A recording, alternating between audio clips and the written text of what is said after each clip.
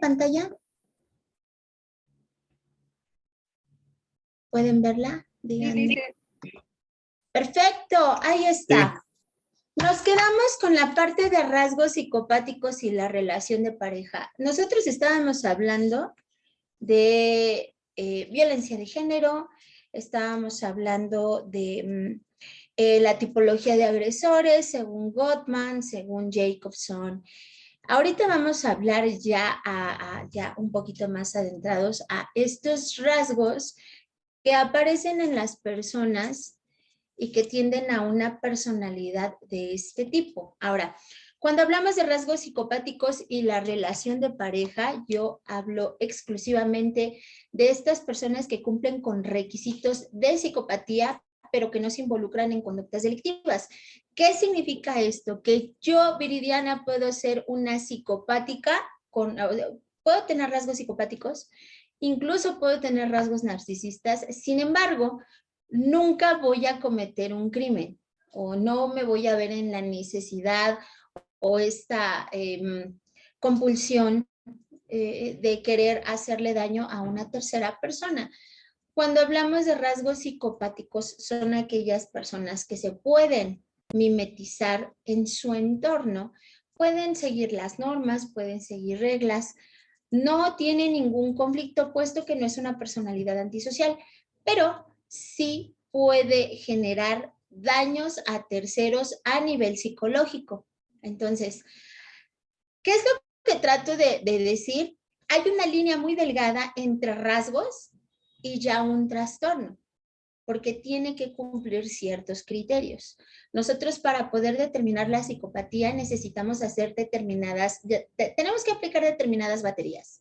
Entre ellas está la de Hare, que es el PCLR, para poder determinar si la persona es psicopática.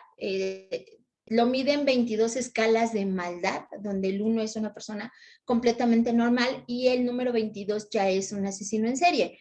Entonces, mucha gente que lo hace se sorprende porque no sabe el nivel de maldad que tiene, ¿no? Pero bueno, aquí es importante entender que el perfil psicosocial del psicópata subclínico o del integrado, porque existen estos dos tipos, es muy fácil de establecer, si los puedes identificar. Lo que no resulta sencillo es identificarlo sin utilizar herramientas adecuadas, que es lo que les estoy diciendo. Estas baterías que a mí me van a ayudar a poder identificar si una persona tiene no solo rasgos, sino probablemente un trastorno de la personalidad. Ahora, el asunto es que no puedes ir por la vida creyendo, pensando, suponiendo que esta persona por ciertos rasgos puede tener una personalidad de este tipo. Es muy arriesgado. Y tampoco le vas a decir, oye, te puedo hacer un PCLR porque creo que se te van las cabras y creo que tienes un psicópata dentro. Pues no, es un poquito más complejo que esto, ¿no? Entonces, si no tenemos estas herramientas, no podemos determinar si la persona en cuestión tiene este tipo de trastorno o rasgos, ¿no? Actualmente, estas pruebas han sido validadas a nivel internacional. Uno de mis favoritos es Kikli. Kikli es de mis favoritos. Kikli determinó que la psicopatía es un conjunto de rasgos afectivos interpersonales y comportamentales que se caracterizan por la ausencia de nerviosismo, donde no hay sinceridad, donde tienen incapacidad para amar, hay ausencia de culpa o de remordimientos y hay una carencia general de reacciones afectivas. Hablábamos anteriormente en la psicopatía infantil. Recuérdenme si ustedes ya tomaron psicopatía infantil conmigo. Cuando pasamos o ponemos atención a tempranas edades, nos podemos dar cuenta si un menor tiene una tendencia a la psicopatía. Normalmente dejamos que el tiempo pase, lo relacionamos con que está pequeño, ciertas conductas dejamos que pasen y en la vida adulta este comportamiento se acentúa. Entonces te das cuenta que la persona tiene una carencia en todos los sentidos a nivel afectivo.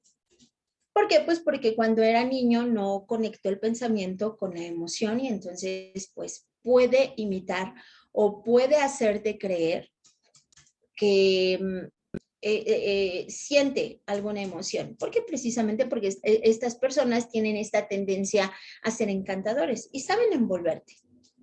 Entonces, Kikli en 1976 junto con White y Tiliopoulos en el 2012 tienen esta comprensión exclusivamente de manera intelectual de las reacciones interpersonales y de las normas que rigen la convivencia en sociedad. Lo que les comentaba, estos personajes se pueden adaptar. ¿Por qué? Porque todo este escenario juega a su favor, puesto que él puede manipular, porque puede manejar su entorno, manejar a las víctimas, precisamente porque en el plano emocional él no siente. Es más fácil poder fingir, es más fácil poder manifestar que comprende a la otra persona, y es ahí donde hay un enganche. Por eso es que esta personalidad narcisista ni siquiera te das cuenta. En algún momento, alguno de nosotros pudo haber tenido contacto con un narcisista y ni siquiera nos dimos cuenta. Entonces, el problema con ellos es donde los sentimientos fallan, porque ellos no tienen, suena como a cliché, pero realmente sentimientos no tienen. Y entonces aparece Hare, que es mi favorito.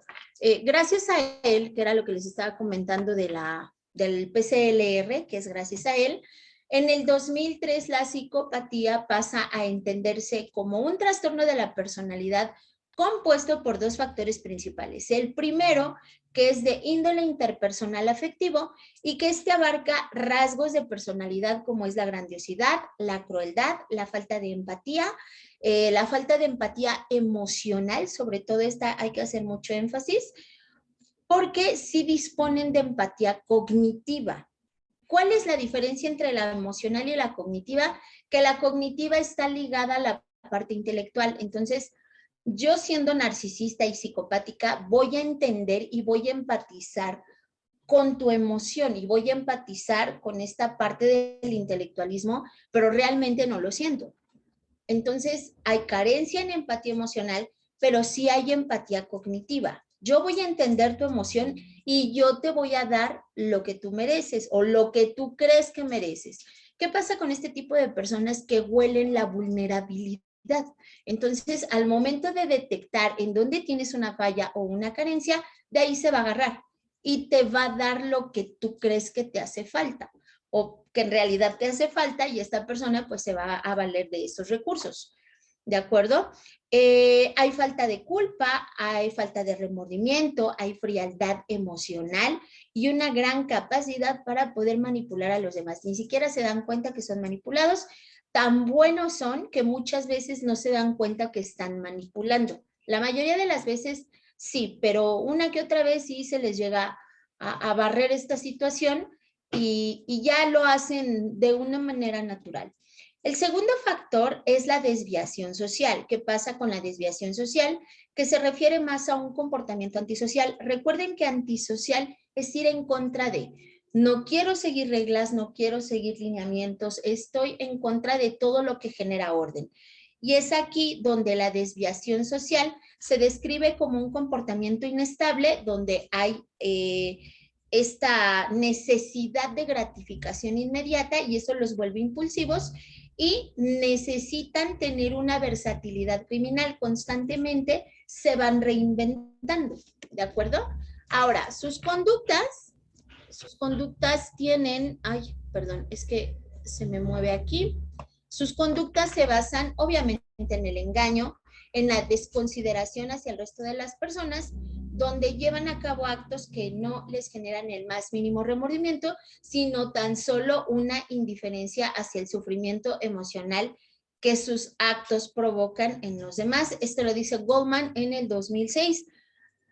¿Por qué? Porque el psicópata narcisista realmente lo que busca es tener una gratificación personal, a costa de lo que sea. Ellos son de el fin justifica los medios y así tenga que pasar por encima de ti para tener lo que él quiere, lo va a hacer. Realmente no le interesa. Kikli, hace un momento les hablaba que él puede destacar en la competencia de la cognición social y tiene como una comprensión exclusivamente de manera intelectual de las reacciones interpersonales. Entonces, ya lo había comentado anteriormente, él va a usar todo esto a su favor y donde no va a tener ningún inconveniente en quebrar a la persona en cuestión. Ahora, tenemos dos. Tenemos al subclínico y al integrado. ¿Qué pasa con el subclínico? Ellos son propensos a involucrarse en conductas sexuales de alto riesgo. Esto es constante. Por eso este psicópata tiende a ser muy promiscuo. Es esta típica pareja que te dice que te ama, pero pues anda por otro lado distraído, ¿no? Diría mi abuela, es como de moral distraída, como que no sabe qué pasa y por ahí se pierde. Este tipo de psicópata tiende a este tipo de comportamiento riesgoso. Emplea tácticas coercitivas para obtener sexo, incluyendo el uso de drogas o de actos de intimidación física o verbal. Normalmente este psicópata tiende a caer más en la violación, precisamente porque está ejerciendo coerción y busca doblegar la voluntad de la otra persona. Ahora, esto indica que los psicópatas utilizan el miedo y otras técnicas de manipulación para poder dominar y controlar a sus parejas. Obviamente, para poder llegar a este nivel, sí la tiene que trabajar muchísimo. Aquí es habitual, perdón, la táctica de la caza furtiva. ¿Qué es la caza furtiva? Cuando va atrás de la víctima, la retiene, la suelta y así, genera una tensión. ¿Quién lo dice? Voss en 1998, Johansson y Caranahan en el 2010, junto con Jones y Paulus en el 2011. Ellos hablan que los psicópatas subclínicos agreden de manera psicológica y emocional con la intención de poder generar una condición material de control y de poder sobre la víctima, puesto que ellos perciben que es una de las maneras muchísimo más sencillas de poder aprovecharse de ellas y de obtener algún beneficio, el que sea. Vamos con el psicópata integrado. ¿Qué pasa con el integrado? Este es el más peligroso.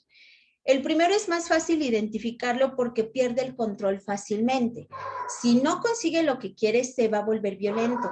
El integrado no. El integrado es multifacético. ¿Qué pasa con estas fases que él tiene?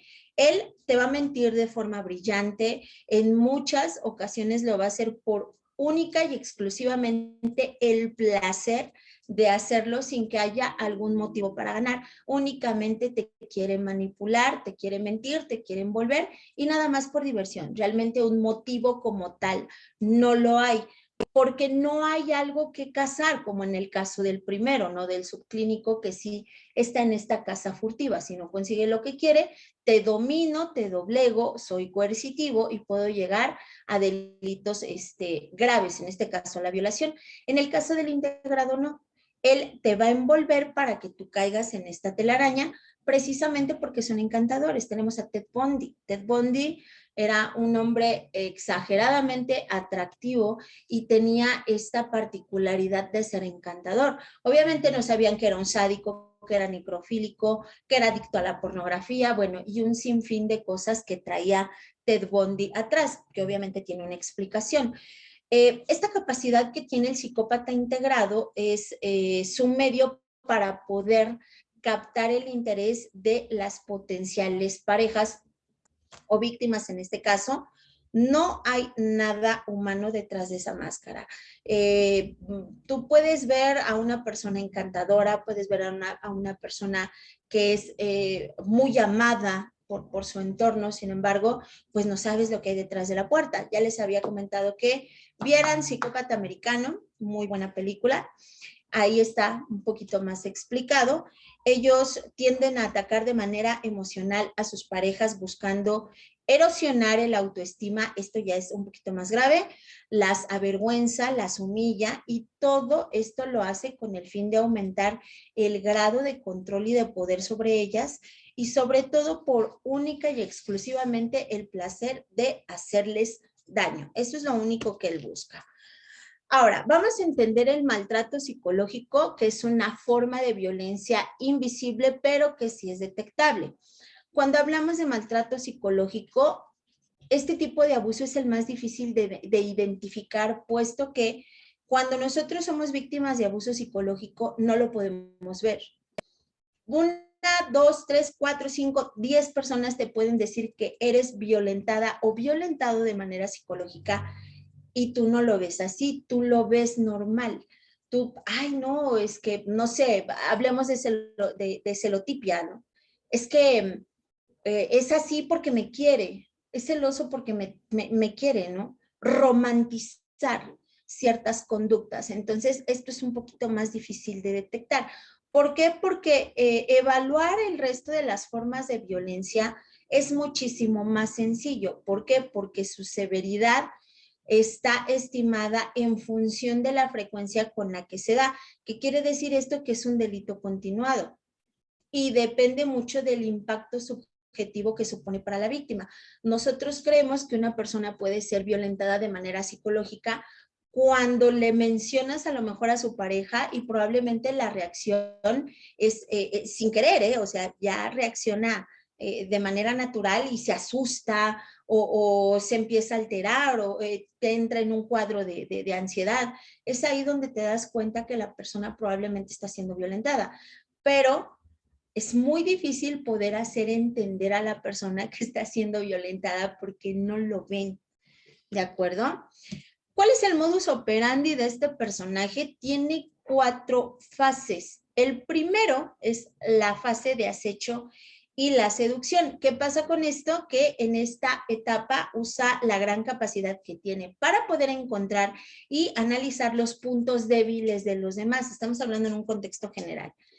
Cuando ya estudia su entorno, fija objetivos y entonces aborda a la persona que eligió, la seduce a través de mentiras y de su locuacidad. Son personas exageradamente elocuentes.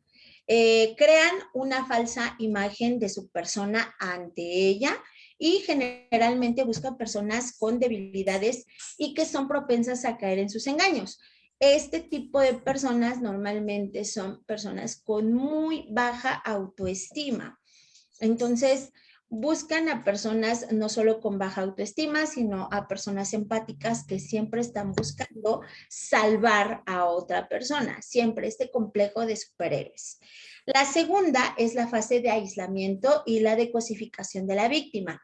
¿Qué quiere decir esto? Que la cara amable y la seductora del psicópata ya va desapareciendo y aparece una actitud constante de aprecio-menosprecio, o sea, te quiero, pero me das asco también. Aquí el psicópata busca un solo objetivo y es la dependencia de la víctima, es este condicionamiento que es intermitente. Haces bien algo, te doy un premio, haces mal, te castigo. Y entonces, ¿qué buscas tú? Reforzar el comportamiento que él considera correcto y te va a dar un premio. Y entonces te empieza a condicionar. Si tú haces tal cosa y a mí me gusta, te voy a dar un premio. Y te voy a decir que te amo. Y tú estás feliz. Pero si la riegas, es más, ni sabes por qué la regaste, te das cuenta que esa actitud o esa situación lo hace enojar, entonces lo evitas porque te castiga y no te habla y te ignora. Y entonces vas a buscar un reforzador, porque él ya te aplicó un reforzador, para poder hacer las cosas como él quiere. Y como tú quieres su atención y no quieres que te castigue, pues vas a estar buscando constantemente hacer lo que crees que él necesita y que él cree que es correcto, o ella. No es exclusivo de varones, ¿eh? También hay mujeres así. Entonces, aquí la intención es generar esta dependencia y lo que hace o lo que busca lograr es un quebrantamiento entre su entorno y sus redes de apoyo, porque como ya generó dependencia, entonces la persona cree que nadie puede ayudarla salvo esa persona. No necesito a nadie más salvo a él o salvo a ella. Y los demás no lo quieren porque de seguro le tienen envidia y ya saben, empiezan a loquear, ¿no? Entonces empieza a cerrarle el cerco. y le empieza a cortar todas estas vías de comunicación. ¿Por qué? Pues porque en algún momento le pueden servir de apoyo y pues ahí es donde no le conviene al narcisista. La intención es que solamente quede él, que solamente ella o él busquen a esa persona para poder solucionar sus problemas. Además, está la tendencia de cosificar a la víctima, tratarla como a un objeto que se realiza a través de la humillación. Esto crea una gran confusión en la víctima, ya que al verse aislada recurre a la dependencia del psicópata y ya no tiene a dónde ir y cree que se le cerró el mundo y la única persona que la puede salvar pues es su pareja. Aquí en este momento es cuando el narcisista psicopático logra la meta más importante. Viene la 3, que es la fase de explotación. La fase anterior, la de aislamiento, aquí se intensifica y las agresiones son mayores, son más graves y son continuadas. Aumenta el nivel de menosprecio hacia la víctima, perdón. Aquí ya desaparece prácticamente por completo las muestras de aprecio. Usa las poquitas muestras de afecto o de aprecio para volver a atraer a la víctima que está en este estado de confusión. Vuelve una vez más a creer en las mentiras de esta persona, confía otra vez y es cuando se vuelve a repetir el ciclo. Es en esta fase donde la víctima acaba comprendiendo la situación que está viviendo, siendo ella, en el mejor de los casos, que puede tomar la decisión de quedarse dentro del círculo vicioso o de alejarse. En esta fase de explotación sí puede darse cuenta y normalmente es cuando ya aquí toman una decisión de me voy o me quedo. Tenemos la última, la fase de liberación, acoso y abandono, que es cualquiera de los dos abandona la relación. En esta situación normalmente es con el tiempo que el psicópata siga intentando mantener contacto con la víctima y que la acose, tratando de que ella vuelva o él a entrar de nueva cuenta a este ciclo. Difícilmente se liberan. Digo difícilmente porque tarda muchísimo tiempo para que entren en un insight, que es el amiga, date cuenta, ¿no? Que es cuando dice, es cierto, pasa esto, ¿no? Es lo que muchos... Pasa grande. ¿Tengo un micrófono prendido, por favor? Es lo que muchos psicólogos quieren en sus pacientes, ¿no? El famoso insight, donde ellos se dan cuenta y entonces viene esta fase de liberación. Pero difícilmente pasa cuando tenemos este tipo de conductas. Ahora, ¿qué pasa con la conducta del psicópata integrado hacia su pareja?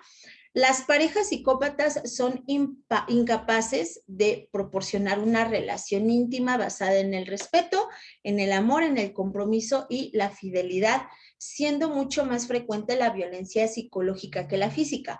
Aquí rara vez va a recurrir a un enfrentamiento físico porque realmente no es su estilo. Aquí lo que el psicopático busca pues es quebrantarla a nivel emocional, disminuirla hasta que prácticamente siente que no es nada la otra persona, ¿no? Diluye el autoestima, el ser, todo lo que la persona es, este personaje la diluye, la destruye completamente. Ahora,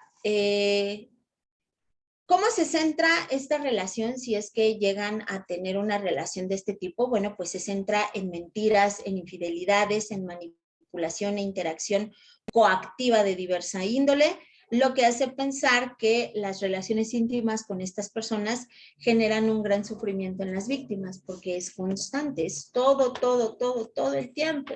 Ahora, aquí la conducta habitual del maltrato psicológico que ejerce hacia la pareja son las que se van a explicitar a continuación, donde tenemos mecanismos encubiertos y mecanismos manifiestos de Ascensia en el 2008. ¿De acuerdo?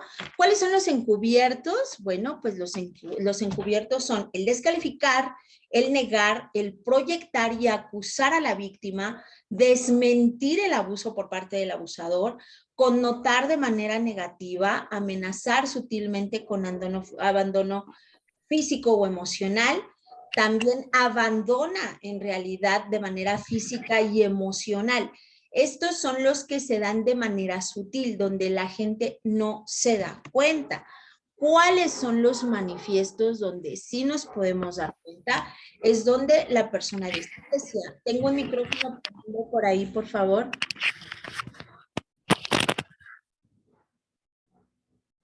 Gracias.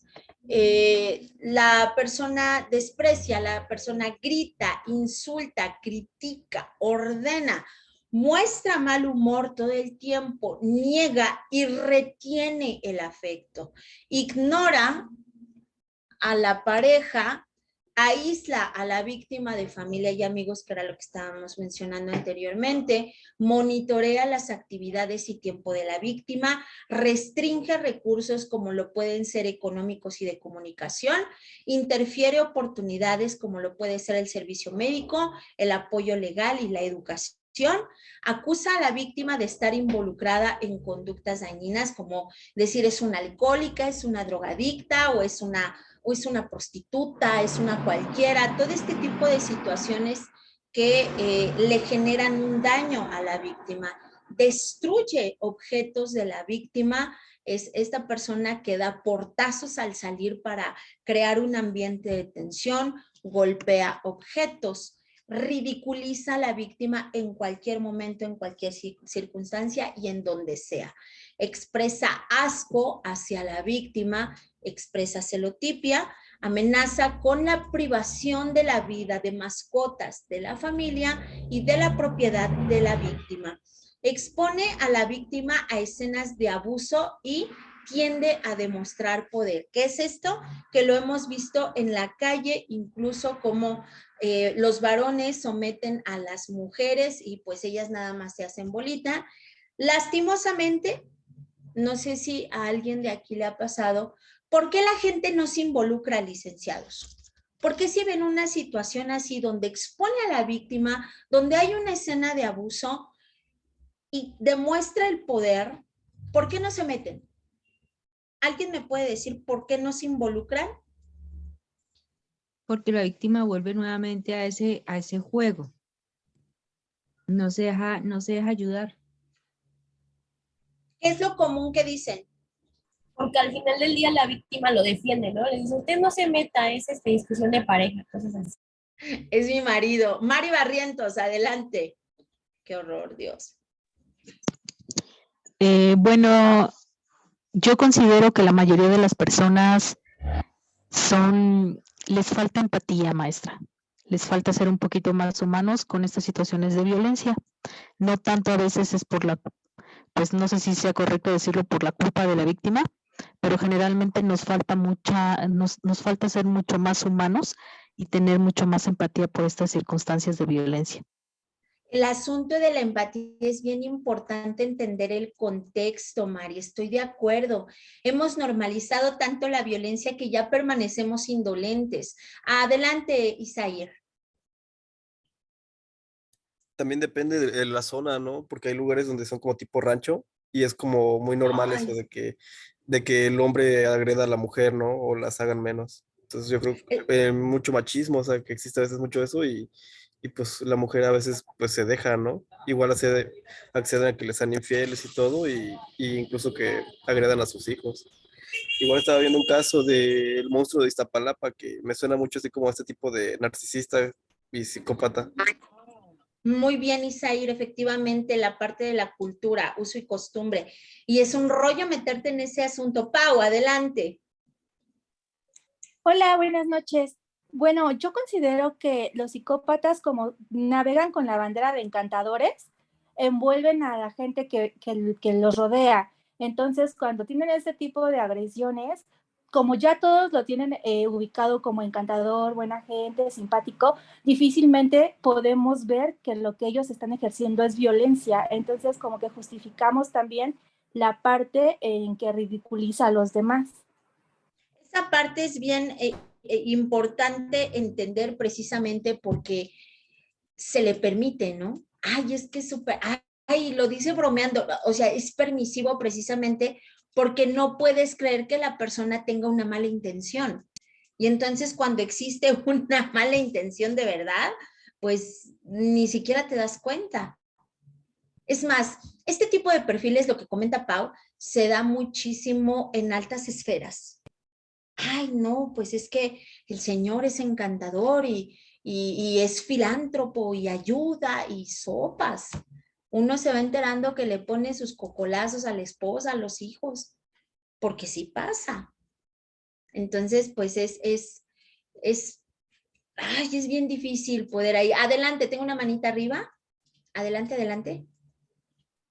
También por miedo, ¿no? La víctima no tiene, o sea, tiene tanto miedo y no tiene los recursos para salirse de ahí. Muchas, por ejemplo, son madres que no tienen ni siquiera son analfabetas porque no tienen conocimiento de lectura ni nada. Entonces, si quieren em, salirse y buscar nuevas oportunidades, no tienen con quién ni los medios. O sea, ir a buscar un trabajo porque dependen económicamente del marido, tienen que someterse a a todas las clases de vejámenes porque no saben Sí, cómo están reaccionar. solas. Ajá, sí. Exactamente, muchísimas gracias, Preciosa. Efectivamente, también esta parte de la violencia económica, ¿no? Le cortas todo el recurso y ¿a dónde va? No tiene a dónde recurrir, precisamente porque le ha cortado todo este recurso. Adelante, Dani. Sí, buenas noches. Sí, pienso que la víctima, o sea, no, como tienes, como ya la otra persona es muy encantador hacia las otras personas, ya a la víctima ya no le creen, porque la víctima va contando cómo es él, pero nadie le cree, porque Sí, todos dicen, vos eres la loca, vos eres la exagerada, y al final ella se queda sola y no sabe dónde recurrir. a dónde, sí es cierto, Dani. Precisamente es esto, obligar a la víctima a realizar, bueno, aquí tenemos actividades ilegales, provocar a la víctima para que se defienda. Ahorita vamos a esto. Gracias, Dani. Adelante, Isela. Pues yo pienso que también influye como una parte psicológica de las personas o de las víctimas, tanto como la ignorancia, porque muchas veces estas personas narcisistas van más con las personas que no tienen amor propio, por así decirlo, con ellas mismas y permiten todo este tipo de situaciones hacia su persona. Así es, Isela, efectivamente lo permiten porque hay una carencia o hay un montón de carencias. Entonces, tenemos el ejemplo, ya lo he platicado muchísimas veces, el del monstruo de Catepec, Juan, con Claudia, que Claudia tenía un ligero retraso, es limítrofe, tiene un ligero retraso mental. Y entonces la señora con esta capacidad cognitiva limítrofe, él, no es feo el tipo, por cierto, no es feo. Está, pues medio chaparrillo, pero no es feo. Yo se los digo porque no es feo. La señora, bueno, Claudia, sí, agraciada no es, pero él buscaba una persona que le pudiera servir de cómplice e independientemente de cómplice, alguien que pudiera manipular. Y Claudia era la víctima perfecta porque viene de un hogar donde la violaban, donde la prostituían, donde la golpeaban y entonces se encuentra a este fulanito y boom, se le ilumina el mundo y dice, sí, de aquí soy, aquí me quedo. Y el resto es historia. Tienen en su haber que se le imputaron 20 víctimas, pero se contabilizan alrededor de 60. Entonces, nada más se le pudieron imputar 20, pero es precisamente esto, obligar a la víctima a realizar actividades ilegales y provocar a la víctima que se defienda. Este es muy importante. Hace ratito comentaba Dani, es que tú eres la loca, es que no es cierto. La víctima efectivamente queda en esta parte de vulnerabilidad, porque la gente no le cree. Y cuando la víctima llega a tope, porque sí llega a existir este nivel ya de cansancio, de como lo quieran llamar, la olla express revienta. Y entonces, ¿quién es la violenta? ¿Quién es la loca? ella. Pero porque nadie sabe todo el historial. Tenemos a una de las mujeres asesinas que mató a su marido después de años de abuso y que lo hizo tamales y la atraparon porque no ocupó la cabeza en la olla. Si no, nadie se hubiera enterado. Pero es precisamente eso, que llegan a provocar a la víctima precisamente para que se defienda. Y la víctima, ¿quién es? ¿Ella o él? ¿Quién es la víctima, Lix? El maltratador. El maltratador. Resulta que la víctima es el abusador, porque pues ya se envolvió a medio mundo. Así funcionan estos fulanitos. Ahora, vamos con una parte que es bien importante, la parte de los empáticos y de los narcisistas psicopáticos. Dicen que polos opuestos se atraen y probablemente explique por qué las personas narcisistas que se caracterizan, entre otras cosas, el carecer de empatía, tienden a sentirse atraídas hacia personas empáticas que representan el polo opuesto al narcisismo. Normalmente una persona que es excesivamente empática todo el tiempo busca apoyar. Es este complejo de salvar al mundo entero. En cualquier contexto, que si veo a una persona de la tercera edad, ni siquiera me consta si realmente la persona está sufriendo, voy y la ayudo. Ay, que si veo un niño de la calle, ay, cómo sufro. Ay, que si salgo con esta persona, pobrecito, trae broncas de infancia y yo lo quiero salvar. El problema con las personas empáticas es eso, que se vuelven todavía doblemente vulnerables, porque tienen esta característica de querer ayudar, son tan empáticos, sienten tanto el dolor de las personas que lo único que buscan es aliviar el dolor ajeno, porque probablemente en algún momento de su vida ellos lo vivieron. Ese es el problema con los empáticos. Abusan muchísimo de su buena voluntad. Entonces, eso es un verdadero conflicto si se encuentra con un narcisista psicopático.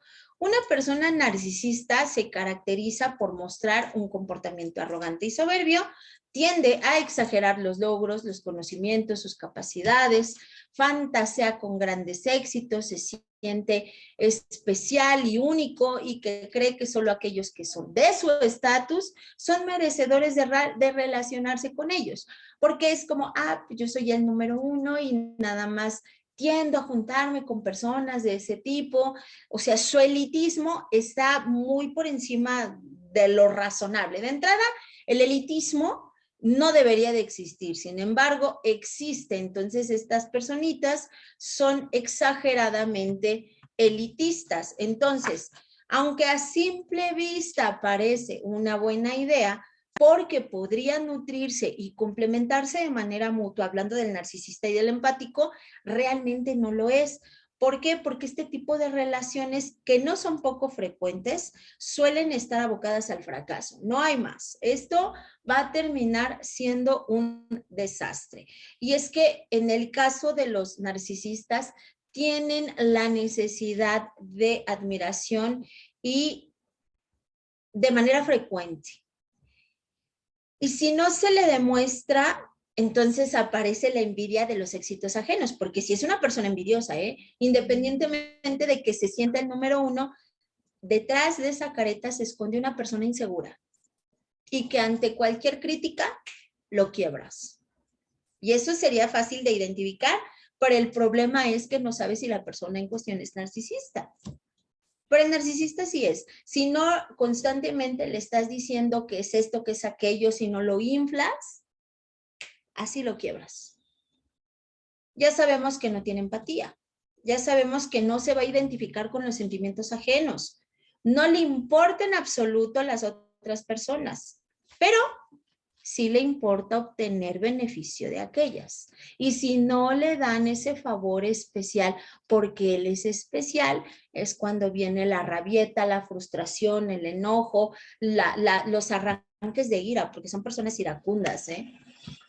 Ahora, vamos con esta otra parte, la mujer dependiente.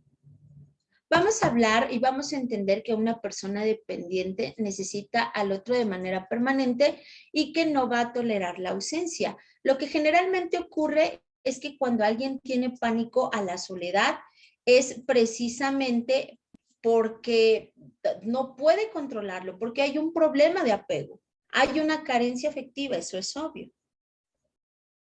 Entonces se queda solo precisamente la persona dependiente porque pues, tanta demanda asusta al otro. Estamos hablando de una persona dependiente, ¿no?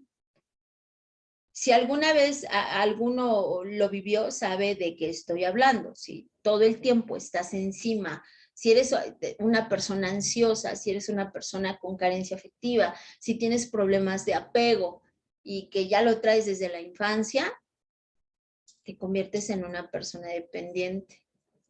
Y eso es un rollo. Porque no puedes avanzar, porque no puedes formar vínculos afectivos sanos, porque no puedes hacer relaciones interpersonales sanas, porque te quiebras, porque te rompes y porque sin la otra persona dices que te mueres. Es un problema muy, muy, muy grande. Ahora, independientemente de esto y que esta dependencia en sí misma o en sí mismo, hablando en términos generales, es parte de la estructura de la especie humana y es universal hasta cierto punto. Ahora, el problema es que esta parte de la dependencia se nota muchísimo más en la mujer porque culturalmente hablando, a nosotras nos programan con cierto chip. ¿Alguien me puede decir cómo es que a las mujeres nos hacen ver como dependientes? Si estamos hablando a nivel cultural. ¿Qué es lo que fomenta ese pensamiento? Adelante, Isaír. Que se tienen que casar. Bueno, siempre les dicen que se tienen que casar, ¿no? Más allá del estudio, que siempre les dicen eso. Que se tiene que casar. ¿Por qué se tiene que casar, Isaír? Porque, bueno, para que tenga su pareja, forme su familia y así. Y luego comente cuando tienen hijos, pues tienen que dejar a veces el trabajo o atender más a la familia y dejar de lado sus metas. Entonces, pues empieza a ser dependiente, ¿no? Exacto. Dani, gracias, Isaír.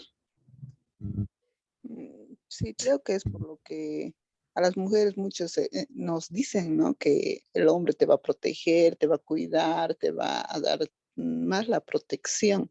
Por eso uno depende, que uno no va a poder, ¿no? Sola, no va a poder hacer las cosas, peor si tiene hijos, ¿no? O sea, que sí o sí tiene que estar con el papá. Aquí el asunto es esa parte, ¿no? Adelante, tengo otro microfonito. Ahí, manita, adelante. Lo otro, los roles que uno asume, ¿no? Como madre, siempre hay presión de que si tú no estás pendiente de los hijos, entonces ellos van a tener problemas más adelante.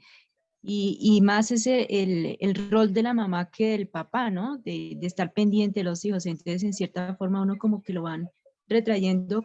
Y si tienes que escoger entre un trabajo y cuidar a los niños, muchas veces uno como mujer le da prioridad al cuidado a los niños que al trabajo. ¿No? ¿Por qué? Porque uno siente esa responsabilidad frente al futuro de estas personitas, de estos chiquitines. ¿No? El asunto es que acabas de tocar algo bien importante, ¿no? La parte de la familia, lo que decía Isaír, lo que decía Dani, ¿no? El problema es que a nivel cultural a ti te dicen, es más, voy a hacer un ejemplo bien tácito. Cuando somos niñas, ¿qué nos regañan? ¿Qué nos regalan a las niñas? Cuando somos pequeñitas. Muñecas. ¿Qué más? Trastecitos. Todo el kit de cocina. ¿Qué más? El kit de cocina. ¿Se dan cuenta? ¿Para qué te entrenan? Para ser mamá. Para estar ser en el mamá. hogar. Ya lo había platicado. Hay un monólogo de Franco Escamilla que dices, tienes a la niña de 3 años bien estresada con el bebé. Y si es cierto, tienes a una niña de 3, 4 años jugando a la mamá que trae a su muñequita y ya está bien estresada la morra. ¿Y por qué? Porque le dan una planchita, le dan una licuadorcita y le dan el bebé que hace popó y que le cambia el pañal y que come. ¿Qué onda? ¿Y a los niños qué les dan? Carritos, pistolitas, Muñecos, caballitos, pistolas. carritos, sí. Y tienen una variedad increíble y tienen pistas de carreras y tienen coches y monster truck y tienen muñecos de acción y tienen dinosaurios y ¿para qué entrenas a tu hijo? Para ser macho. Exacto. Para ser fuerte. Para ser fuerte, macho. Se dan cuenta de los contextos. Entonces, los tiempos han cambiado. Nuestra sociedad, hablando de la sociedad mexicana, se ha ido acostumbrando a estos nuevos roles. No sin dejar de ser una sociedad conservadora, porque sigue siendo una sociedad conservadora, machista y patriarcal. Eso es neta. Y ya lo hemos hablado muchísimas veces. Yo ya he platicado con ustedes en cuanto a quién cría machitos. Licenciados, ¿quién cría machitos? La misma mujer. Exacto. Y se acabó. Nosotras somos las que criamos machitos. Pero ahora, con estas nuevas olas, esta evolución social, ¿quiénes ahora se quedan en casa? ¿Y quiénes trabajan? Al contrario, ahora son los hombres los que se quedan en casa y la mujer se va a trabajar. Y no es que sea malo, porque realmente no lo es. Está padre porque entonces se entiende este contexto de que son un equipo. El problema es que todavía existen estas esferitas, porque digo esferitas, en las que todavía el varón cree que él es proveedor, que todavía cree que él debe de usar color azul, que si usa color rosa se ve gay, que si llora es niña, o sea, todos estos contextos que todavía se dan a estas alturas del partido. Entonces, el género... ¿Y lo otro? Adelante. Ay, qué pena. Y lo otro es que a pesar de que se están cambiando los roles, que la mujer se va a trabajar, uno como mujer no deja el rol de ser mamá, porque de ser mamá y esposa, porque llegas a la casa a seguir haciendo aseo, a cocinar, a todo eso, y el esposo, pues cuidar a los niños, pero todavía faltan fortalecer más. A levantar las patitas nada más. Pero pues, ahí ya vamos a entrar en otro juego. Entonces, aquí el asunto es que el género es una posición en la vida y muchas veces la mujer tiene esta condición de papel masculino y donde el hombre es donde el hombre depende. Sí se da, no es como con mucha frecuencia, pero ya se empieza a dar. El problema es este problema, vaya, la redundancia. El problema es precisamente que no entendemos que se puede trabajar en equipo, sino que se siguen fomentando este tipo de ideas de roles. No es malo, pero el asunto es que como que no saben, son posturas muy extremas. Entonces, no es malo que papá se quede en casa, que cuide a los chicos y que mamá vaya a trabajar. No es malo. Es simplemente una forma en la que la familia quiere funcionar.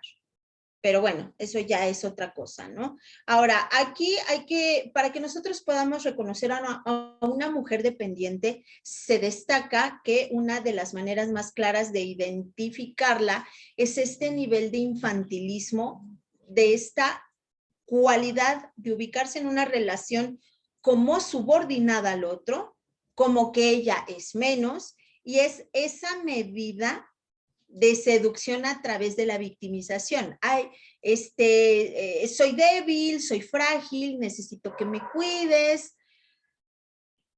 El estereotipo, ¿de acuerdo? Ahora, las mujeres emocionalmente dependientes, ¿cómo son? Bueno, pues ahí les va. La primera, tiene sentimientos de inferioridad y baja autoestima. Esta es una constante en las personas emocionalmente dependientes. Son crueles consigo mismas, tienen una imagen muy maltratada, una autoimagen muy, muy destruida y su estilo de atribución de causas a lo que les ocurre les lleva a culparse a sí mismas todo el tiempo de cuando algo pasa, de que algo malo pasa y lo atribuyen inmediatamente todo a la suerte o a los demás cuando les pasa algo bueno. O sea, ella siempre tiene la culpa de todo lo malo y a los demás les pasan cosas buenas porque son los demás. A ella nunca le pasa nada bueno. El problema con la baja autoestima es que de manera natural ella busca protección. Y precisamente por eso es una persona dependiente. ¿Por qué? Porque necesita una guía, porque necesita una figura de autoridad. Y normalmente este tipo de personas trae un complejo edípico o un complejo de Electra, ¿vale? Hay que poner muchísimo cuidado en eso. ¿Cuál es ese complejo, licenciados? ¿Alguien se acuerda? El edípico y el de Electra. ¿De quién es esos complejos? De Freud. Exacto. Del buen Y Freud. es cuando la niña se enamora del papá y el niño se enamora de la mamá. Y después, cuando estos complejos no se superan, porque esto es normal, las fases edípicas y las fases de Electra y la angustia de castración también es normal. Cuando estas no se superan, si no se supera una fase de castración, vas a tener a un tipo violento en toda su extensión, pero en toda su palabrota. Va a ser un agresor en potencia porque va a buscar darse a conocer por su superioridad, por el simple hecho de ser varón, porque tiene miedo a la castración. Si no se superan los complejos edípicos y de Electra, ¿qué es lo que van a buscar en la pareja, licenciados? A la madre o al padre. Exacto. Así de sencillo. Y es en serio, de manera inconsciente, tú ves a la novia y ves a la mamá y dices, no, esto está bien enfermo. Es la mamá de joven. O al revés, ¿no? Ves al novio y ves al papá, es el papá de joven. Porque estos complejos no se superan. Son normales a cierta edad y estos se tienen que superar. Porque en una vida adulta lo que va a buscar es una figura paterna y una figura materna. ¿Estamos de acuerdo? ¿Por qué? Pues porque esta personita va a buscar que la lleven segura a su puerto, ¿no? Actitud dubitativa. ¿Qué es la actitud dubitativa? Que son personas que emocionalmente y de manera constante dudan de sí mismas. Sus acciones están marcadas por la indecisión. El motivo no es simplemente una falta de asertividad. Se puede ser asertivo teniendo claro qué es lo que se quiere, pero aquí ella no sabe, simplemente no cree en su propio criterio para marcarse objetivos. Se siente una persona inútil. El contexto de las relaciones de pareja es donde ella va a adoptar un rol pasivo y que ella actúa solo cuando la otra persona le da indicaciones de manera clara. Y le dice, tienes que hacer esto, tienes que hacer aquello, puedes hacer esto, no debes de hacer esto, y entonces esa actitud, ok, sí, yo sé que no me lo dice por molestar, yo lo voy a hacer así. Y se van así como los caballitos, sin ver ni cuestionar nada, no tienen criterio, ¿de acuerdo? El sentimiento de culpa, aquí va ligada con las dos anteriores, la baja autoestima y la actitud dubitativa, porque consiste en la facilidad con que las personas que tienen dependencia emocional asumen que todo lo malo que ocurre a su alrededor es su culpa.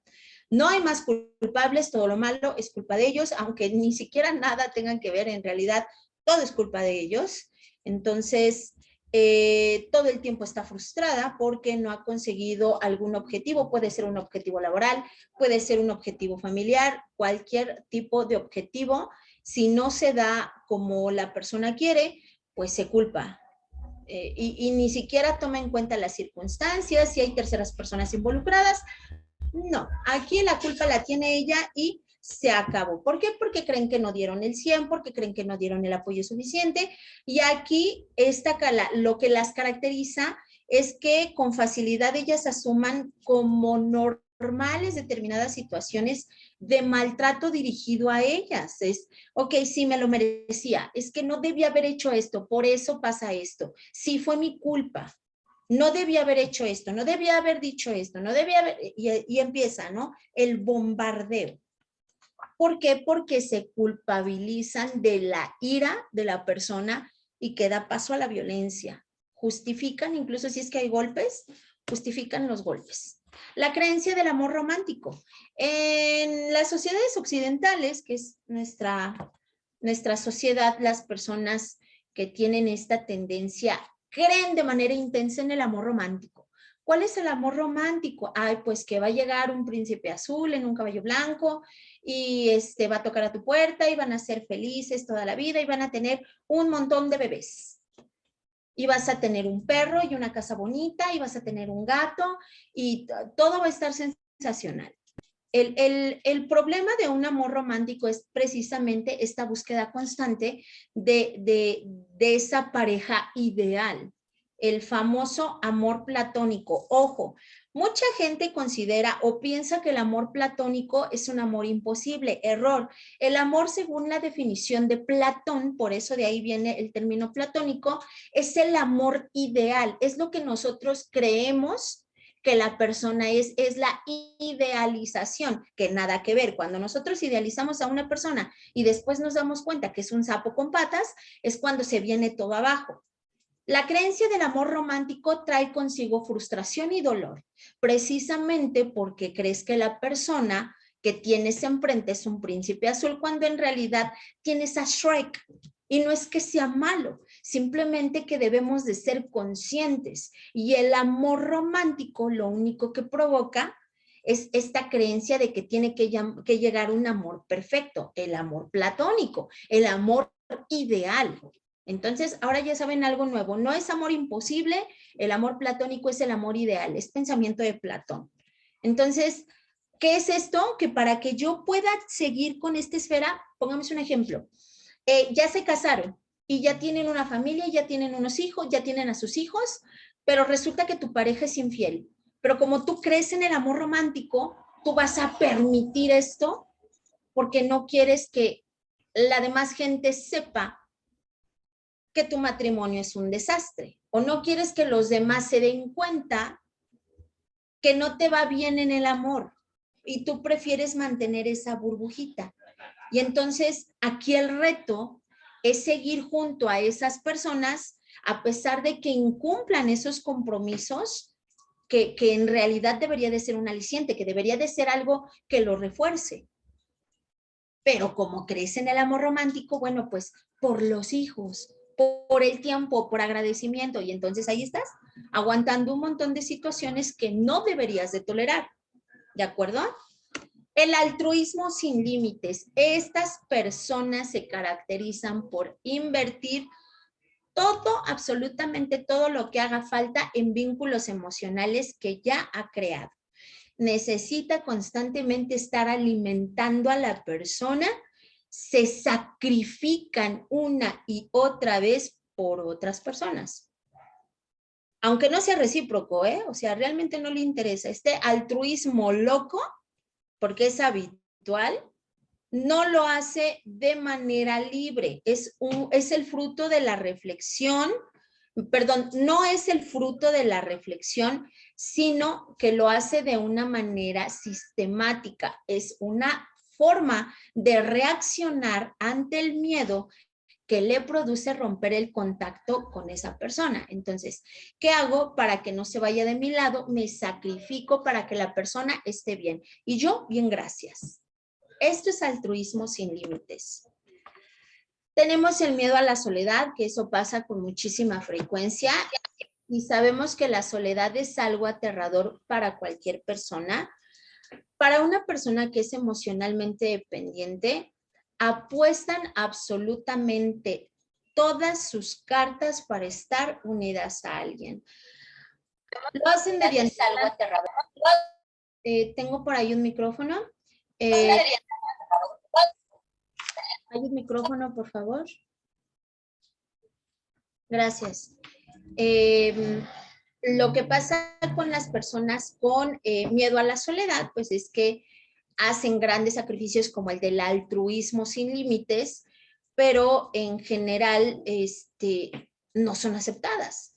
Ellas buscan ser aceptadas mediante estos grandes sacrificios, porque son personas altamente demandantes, precisamente por el miedo constante de ser abandonadas. Entonces, el resultado es nefasto, es catastrófico, porque tienen un motivo para estar constantemente negando su autonomía.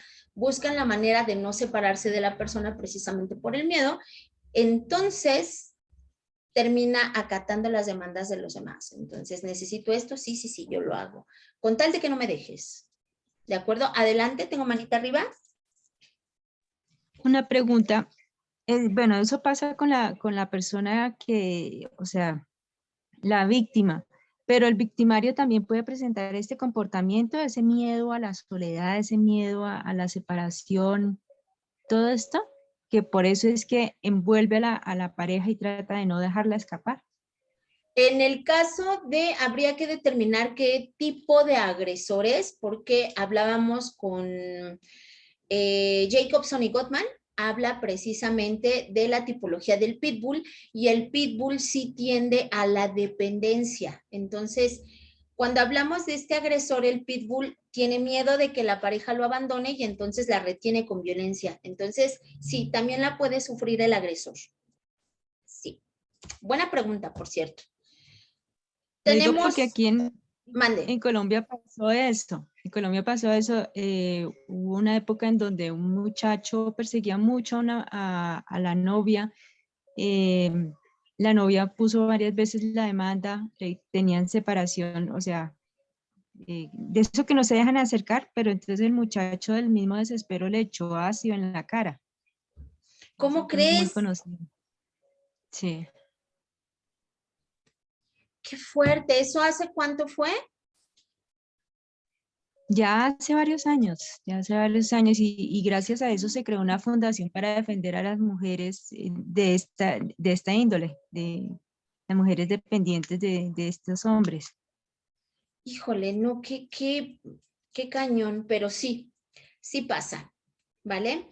Tenemos la siguiente, que es la sumisión, y es una de las características fundamentales de este perfil psicológico, que es completamente y absolutamente complaciente. Temen a la idea de agotar la paciencia de aquel al que los individuos con los que se vinculan de manera emocional y tratan de satisfacer todas sus demandas, esto incluso sobrepasando las propias. O sea, es más, no se atienden ellas por ser sumisas y se adelantan a las no pedidas. O sea, están tan ensimismadas en estas personas que buscan complacerlas aún sin que les pidan, que necesitan algo. O sea, todo el tiempo están ahí, todo el tiempo.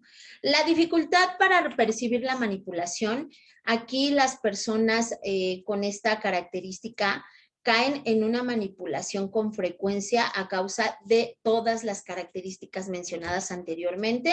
No reconocen que están siendo manipuladas, ya que eso pues las haría caer en una disonancia cognitiva. Entonces, la idea de que la otra persona se aproveche de la situación choca inmediatamente con la creencia de que mantener esa relación es algo beneficioso. O sea, si tú le dices a una persona que está siendo manipulada, como que no le checa y dice, no, porque sí me ama. Y entonces ahí choca la idea, no, ¿cómo crees? No me manipula, él así es, me ama. Entonces, no se dan cuenta. ¿Qué pasa con este tipo de relación? Bueno, que es una relación destructiva, está abocada al fracaso, ya lo habíamos hablado anteriormente. Cuando el empático, cuando el empático trata de ser aceptado y querido por el narcisista, pues llega a cometer absolutamente todas las situaciones antes mencionadas. El empático intentará comprender y brindar al otro aquello que entiende que será bueno para él, va a querer subsanar o va a querer reemplazar o va a querer cambiar a la persona, tratando de satisfacer sus necesidades y brindando apoyo incondicional. Ahora, algo bien importante, la violencia es el uso intencional de la fuerza física o el poder real o como amenaza contra uno mismo, una persona, grupo o comunidad que tiene como resultado la probabilidad de daño psicológico, lesiones, la muerte, privación o mal desarrollo. Es de suma importancia reconocer todos los focos rojos y comportamiento de la pareja, buscar ayuda profesional y sobre todo crear redes de apoyo. Y deben de recordar esto siempre, no están solos. No es exclusivo de mujeres porque también hay hombres que han caído en redes de mujeres narcisistas y es más difícil de salir puesto que no es algo que se mencione con frecuencia porque no es algo que se hable con tanta libertad como el hecho de decir que una mujer está siendo violentada de manera psicológica. Para un varón es muchísimo más complicado puesto que tenemos y venimos de una sociedad machista y no es como estoy siendo violentado, ¿no? Incluso son motivos para burlarse de este tipo de personas. Entonces, es muy complicado incluso también para ellos. Recuerden que el narcisista lo único que busca es su amor propio, lo único que busca es su beneficio, lo único que quiere es su bienestar. Buscará manipular al empático y hacerle sentir culpable por todos los problemas existentes en la relación. El empático, que como es compasivo, va a tratar de sanar al narcisista al tomar y experimentar su dolor como propio. ¿Qué quiere decir esto? Que intentará suplir de alguna manera los infortunios sufridos en su vida. Entonces va a querer reparar algo que no se puede reparar. Es importante que pongan atención en esto, licenciados. Si tienen alguna relación de este tipo, abran los ojos. Si conocen a alguien, no duden en apoyar, no duden en insistir, porque podemos hacer la diferencia. Les dejo recomendaciones cinematográficas. Está American Psycho, Single White Female, Ted Bundy durmiendo con el asesino, Alfie, el padrastro y Dorian Gray. ¿Qué utilicé para esta conferencia? El narcisista pasivo-agresivo encubierto de Debbie Mirza, Narcisismo, guía de supervivencia de Elizabeth Brooks, Narcisismo, estrategias para identificar y convivir con narcisistas en una era donde el egoísmo es la norma, de Joseph Burgo, Desórdenes fronterizos y narcisismo patológico, de Otto Kemper, y obviamente el de manipulación y psicología oscura, que no deberían de leerlo porque igual y se me vuelven manipuladores, pero léanlo, dense una vuelta.